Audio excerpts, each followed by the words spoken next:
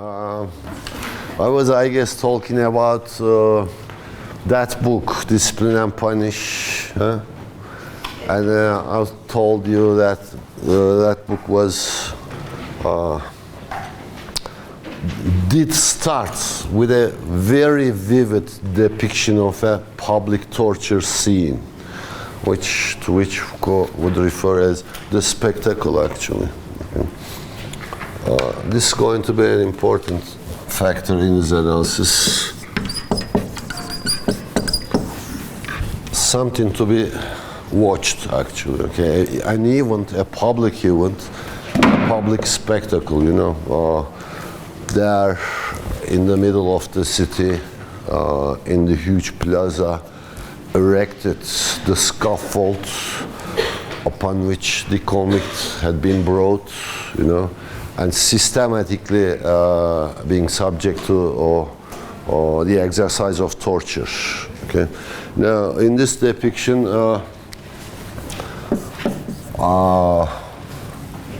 Foucault, after several analyses, I guess, okay, interprets torture as the basic form of punishment in those days. Okay.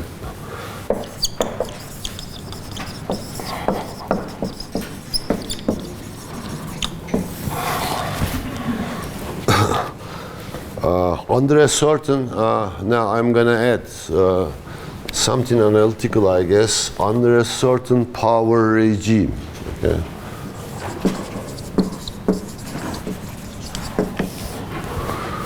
We are no longer talking about the discursive formations, okay, as it was the predominant concept in Foucault's archaeological period. But we are now talking about power regimes, constellation of power, etc. Okay, now this particular late, early modern form, so to speak, okay, it's dated sometime in, as far as I remember, second half of the 18th century, okay.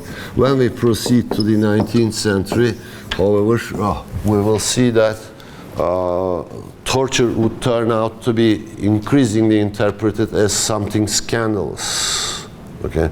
And Foucault, comparing these two periods and pointing out the contrast between these two periods in terms of the society's approach to certain forms of punishment, okay, would devise a transformation of the power regime into something else, about which we are going to talk later on, okay?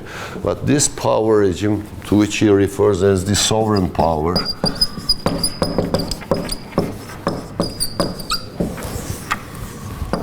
has been organized around several factors, the first of which, of course, one of the interesting concepts, division of human life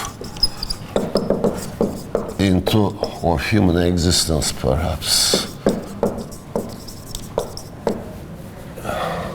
into two different domains. These are the times when the religion turns out to be the predominant worldview affecting lives of individuals, and according to religious premises, okay, based upon one of which is nothing else than the immortality of the soul, as you know. Okay, so we human beings have a transitory existence in terms of our bodies, but in terms of our souls, we are immortal. Okay, this creating a two different phase actually in human existence. One, while we are alive. Okay, life, we are alive. But when we are dead, okay, our soul continues to exist in afterlife. So our lives had been determined by our bodily existence, in contrast to that afterlife, which has been characterized by our spiritual existence, soul. Okay. Now, according to this division of human existence into two parts, actually, Foucault would argue, had been reflected in the separation of powers. Okay, the earthly power on the one hand, and the spiritual, otherworldly power, represented, the second of which is represented by the church, authority of the church. You know, while here that earthly power had been personified, so to speak, in the body of the sovereign. Okay.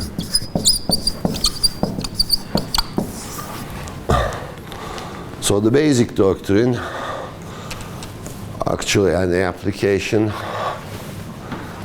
is that why an individual is alive in life, okay? It has been subjected to the power of the sovereign, this worldly authority, okay? Power of the sovereign. And while he passes away to the afterlife, now it goes, the human existence goes under the authority of the church, okay? So church governs your afterlife, while the sovereign governs or rules over the life you are living here in this world. Okay?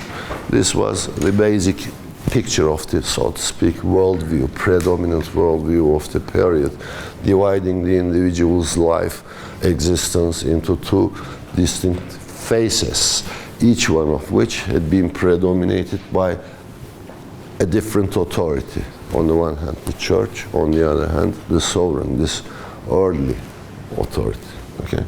So, what's at stake in terms of the technologies of punishment?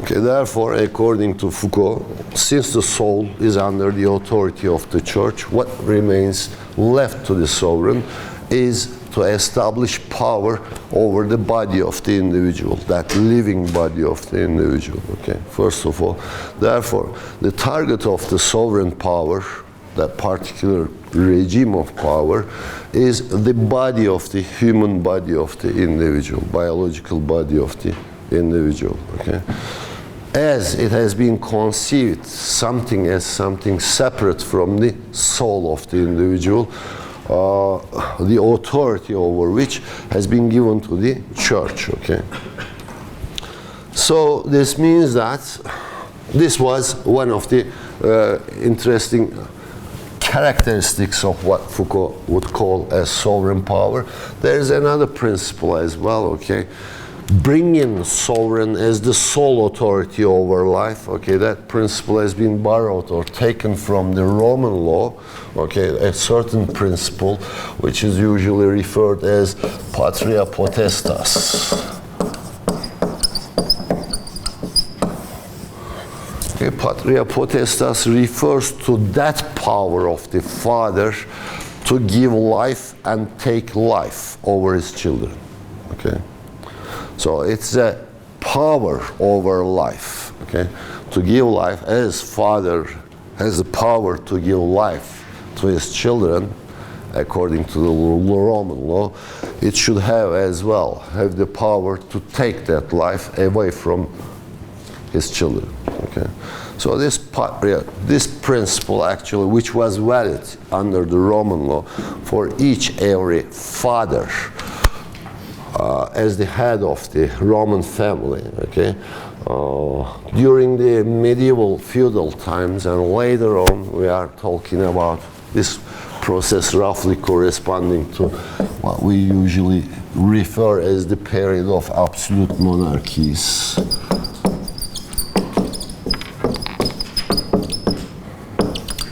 Had been taken from the ordinary father away. Okay? But since the sovereign, the king, or whatever you like, the prince, is usually interpreted as the father of his people, okay? Now, this power had been consolidated in the persona of the prince, okay? No longer the ordinary father being capable of exercising that power over his children, but only the sovereign. So actually what we see here from a legal point of view is the equation between between the crimes, so to speak, committed against father and the crimes committed against the sovereign. Okay, so crimes actually committed against the sovereign was increasingly conceived within the framework of parricide. Crimes against the father. Okay. So another point was that it has been exemplified, as it has been exemplified in the language of Louis XIII. Okay. And actually we have seen this in the doctrine developed by Thomas Hobbes as well. Okay. You may remember that according to Hobbes, law was nothing else than the command of the sovereign. You know.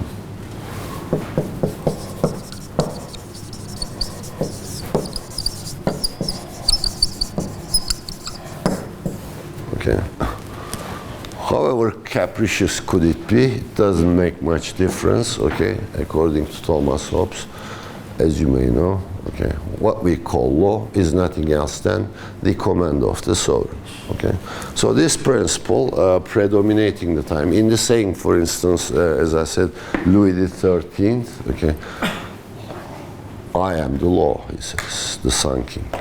Okay, so this means that any breach of the law here within this context is a crime committed against the very person of the sovereign. Okay, simply because what we see here is the complete identification of the law as the dictates of the sovereign and sovereign.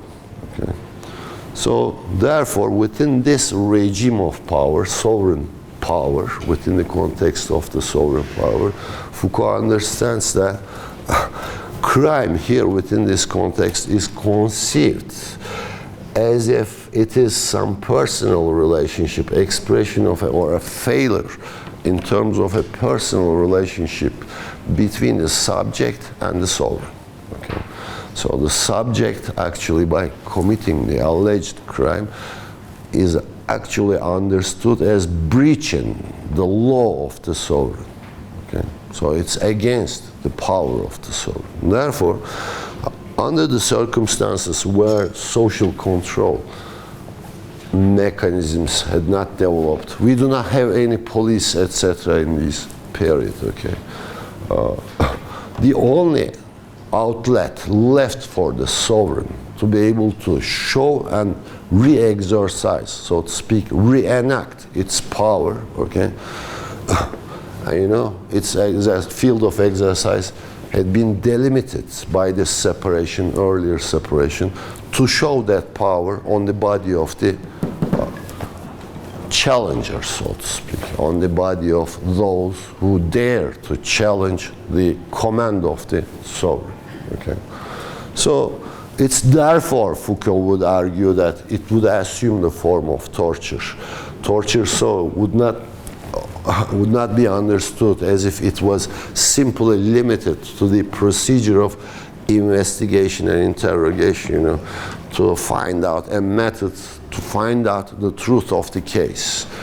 You know, nowadays in later periods, you can still take recourse to the application of torture procedures onto the potential culprits, convicts, whatever. Okay, but in those days, its function is much more limited to that investigation process. Okay, before the verdict, to be able to reach out the truth of the case. Okay, did you or you did not, or else who did this crime, and so on. Okay, we want to understand the truth of the act, deed, so to speak, and to be able to do this, we apply torture.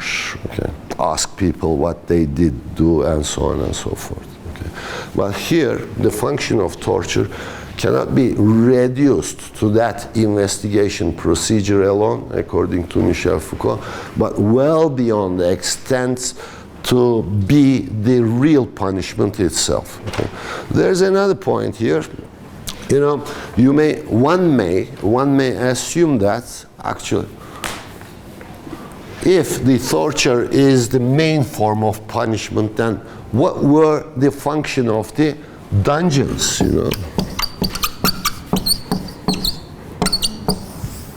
Those dark places of confinement where the sovereign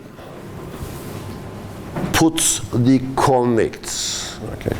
Well, according to Foucault, the dungeons did not constitute any part of punishment procedure actually in those times, but rather they functioned simply as the waiting places for the real punishment to come in the form of torture. Okay. And he points out, actually, after a very serious analysis of the detailed programming of torture procedure, okay, it's not a, so to speak, capricious procedure. It's a very well calculated procedure, according to Foucault, designed to inflict most possible pain on the one hand, while at the same time trying to postpone the end of life of the culprit, okay, the one who is being subjected to the procedure of torture, okay. So actually here, in this critical point, the end of torture, according to Foucault, also marks the end of the power of the sovereign over an individual, okay.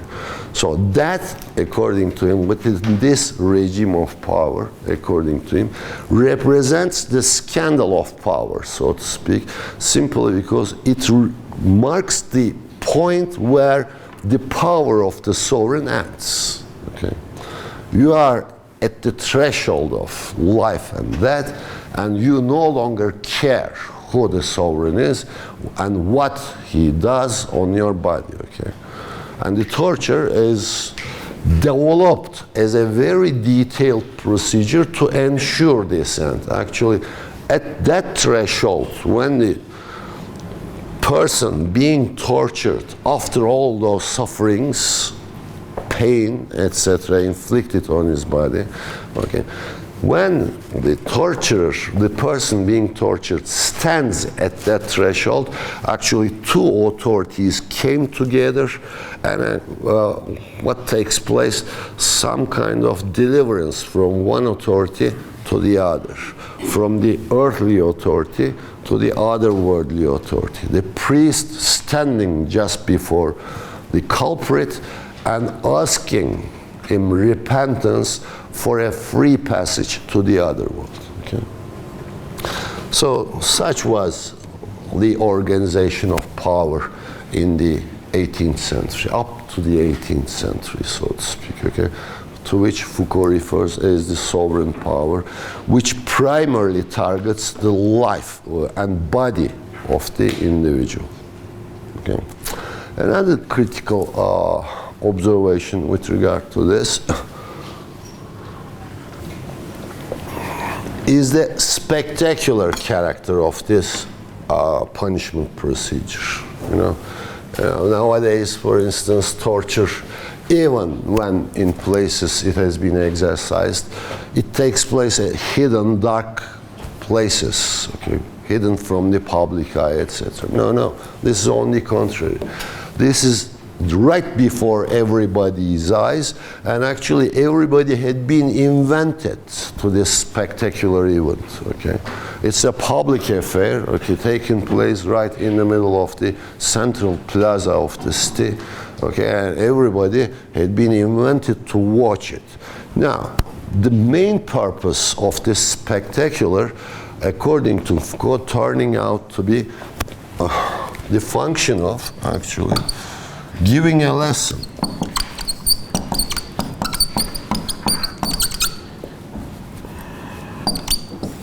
And making a show of what the sovereign can do, okay? And therefore, in this public torture scenes, Foucault would argue that actually cruelty would assume, atrocity would assume extreme forms, okay? Extreme forms just to underline the power of the sovereign and show this to all those others watching, standing there and watching the event. Okay. So actually, through this public spectacular event, the sovereign makes a show of his own power as to give a lesson to all those onlookers about what he turns out to be capable of doing on the bodies of their bodies. Okay. So this is how the sovereign power operates. But starting with the second half of the 18th century, within a couple of some 80 or 50 years, okay, the whole dynamic of power changed as parallel to the differentiation or transformation of the panel system and panel mechanisms. Okay. Now suddenly, within a couple of years, some 80 years period, okay, torture disappears as being the major form of punishment in the public spectacle, and some new institution, a new institution begins to replace it, prison.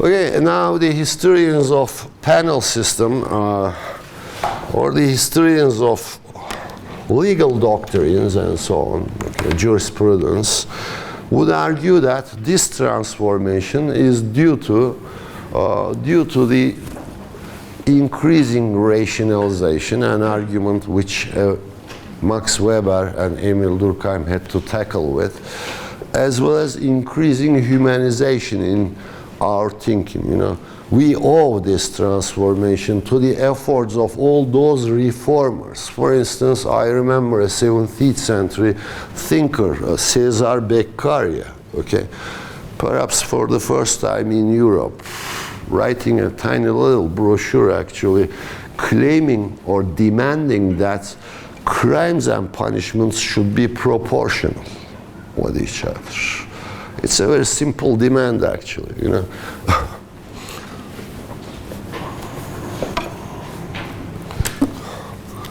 A punishment should be in proportion, you know, to crime. You know, it may seem at the first look quite a simple principle, you know, crimes and punishments should be proportional to each other. Demanding no more capricious punishments, no more excesses, you know. From this perspective, seen from the other perspective, you know, torture turns out to be something very uneconomical, okay? What you are doing is destroy, okay? Destruction of some human life, which could well be productive, you know? You know, as well, there is no concern, a modern concern, for example, with regard to rehabilitation.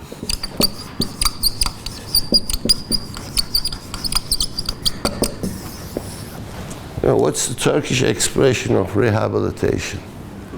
How do we express this? Huh? I guess ıslah could be a good translation. Okay. But better than this, a better expression, topluma yeniden kazandırma. Huh?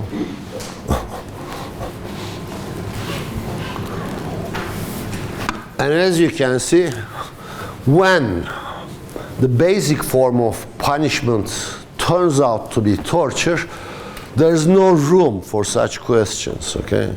It's nothing else than the destruction of life. It's against productivity, as you can see, okay? You destroy, crush down the life of the individual. Actually, and body is target, and there was a very good example, okay? The crime in the torture procedure and as well the punishment, both Foucault argues that being inscribed on the body of the culprit for everyone to see, watching. Okay. So that was a very beautiful story by Franz Kafka, as far as I remember, titled Penal Colony or something, Ceza Colonies. There he describes a penal machine, actually, okay, into which the culprit has been put, and that machine, through its complex operations, writes down the crime while at the same time exercising the punishment, okay, on the body of the convict. Okay. So actually the situation is quite similar here in that period, the second half of, up until the second half of the 18th century, Central Europe penal system, interwoven around a certain organization of power relations. Okay, this is what Foucault calls a power regime. Okay, we are going to return to this conception of power later on when we talk about a better, more humane, so to speak, quote unquote, forms of punishment. Okay, we say that, Foucault says that.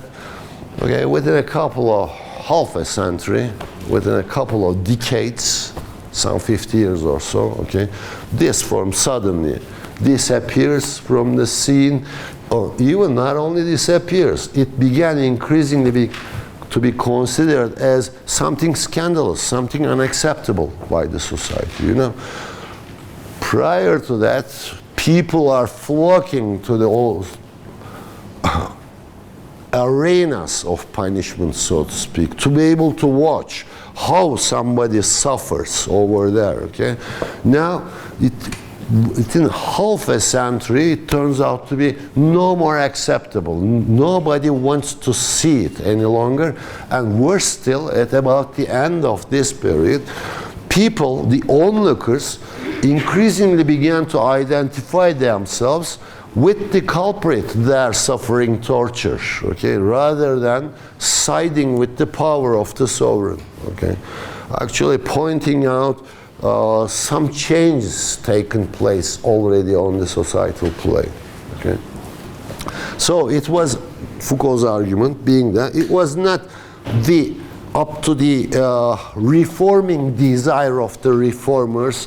It was not up to the increasing rationalization, not up to the increasing humanization of human perspective, okay, but rather certain changes in the organization of power, the power regime itself, the transformation of the power regime itself, triggers that shift from torture, that change from torture to prison. Okay. Of course, there are certain, I just gave name of one of them, okay, Cesar Beccaria, okay, demanding from the sovereign a much more rational organization of this penal technology, okay. That simple principle, actually, it carries with it a huge package in which you have to organize all of the crimes as well as all of the possible forms of punishment according to their gravity, okay, their seriousness. So it requires a systematic study of possible crimes as well as possible forms of punishment and relate them with each other in a rather rational way. Okay. So you have to describe, for instance, one by one, each possible crime that can be committed in a given society, as well as relating them as to be able to ascertain with regard to their degree of seriousness or gravity, okay? So all this requiring a serious rational effort to establish that simple relationship of proportionality between crimes and punishments. So there were these such people, okay, demanding a reform, serious reform and serious transformation in the penal system. That's true, okay. But Foucault's argument was that it was not through those demands or not through the efforts of the reformers of the penal system, but rather something changing on the societal level, okay, the regime of power is he was talking about, okay, was the major theater upon which we should handle this transformation from torture to prison. Okay, well, let's try to think a little bit about it. What kind of differences are implied in this transformation from torture to prison as the basic forms of punishment pertaining to the different periods in history? Okay. So Foucault argued already, gave us certain concepts, okay? The division of the existence of human in this life while the human being is alive in his body or her body, whatever, okay? And the notion of afterlife where the soul is immortal. So the differentiation of the authorities, earthly and otherworldly authorities, okay? Then the power of the sovereign displaying itself in the form of a law which is understood as the dictate, or if you like, command, okay? A personal command. So any breach of the law within this context implying a personal challenge against the sovereign. Therefore, sovereign takes the issue as a personal issue, so to speak, and makes a show of his power before the people, okay? Showing them how extremes he can go, he is capable of going. Okay? Foul. And therefore we have the torture as the basic form of punishment. So what happens when we leave behind that scenery and move towards the cool atmosphere of the prison? What is prison? What do you think it is?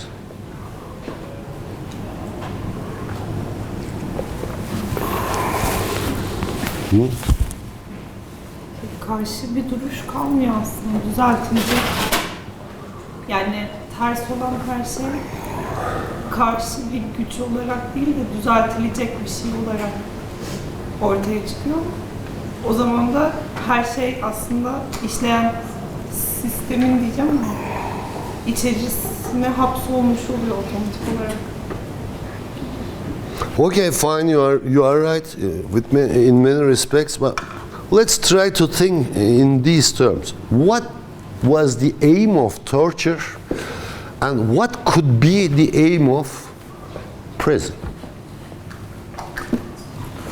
What is the object of putting people into prison, so to speak? What is that factor we are trying to affect when we put them into prison? Maybe in terms of torture, they wanted to hurt the body, but now they want to hurt their time on earth. That's great. Freedom of movement and their time on earth. No longer the life of the individual, no longer the body, at least body alone, but as we will see, body and soul together turns out to be the basic target in this new regime of power, okay? In this new regime of power, what was aimed at? No longer a body separated from its soul, but its unified form, body and soul together, turns out to be the basic target of the exercise of power under the prison regime, so to speak. Okay, we are going to talk how this has been achieved, but as preliminaries, yeah, you were right, okay? Prison aims at controlling or delimiting the time and movements of the individual, okay? So to speak, what is aimed at in the punishment, assuming the form of imprisonment, is the liberty, so to speak, of the individual.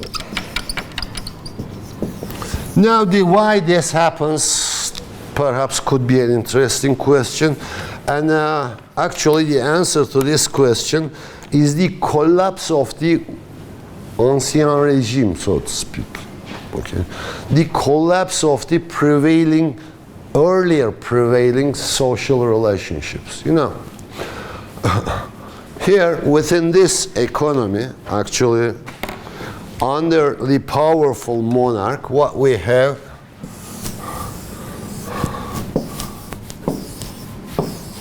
the division of areas dominated by different lords, members of the nobility, you know, each having the power of patria potestas and exercising their law on their subjects, okay, and being the basic form of punishment being torture again, okay. Here, the collapse of this regime, the basic constituent components was the noble lord and the serf. Now, what we are talking about is the collapse of this regime, actually, okay? With the result that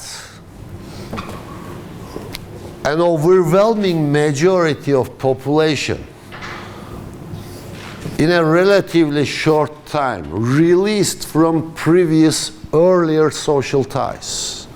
Okay. Now the transformation, this also corresponds to the problem of the introduction or emergence or development of capitalism in those countries as well. Okay. Capitalism, that's why modernity was thought to be having a, thought to have a, how can I say, resolving effect with regard to the previous social ties, okay?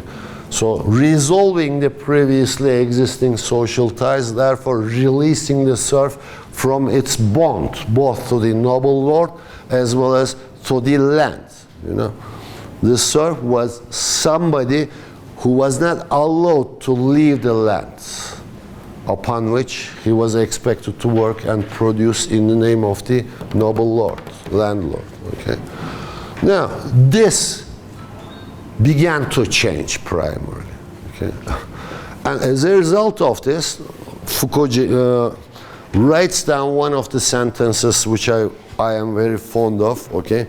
A huge field of undefined illegalities opens up, okay? In other words, people released from their previous ties actually on a massive scale turns out to be turns toward vagabondage, so to speak.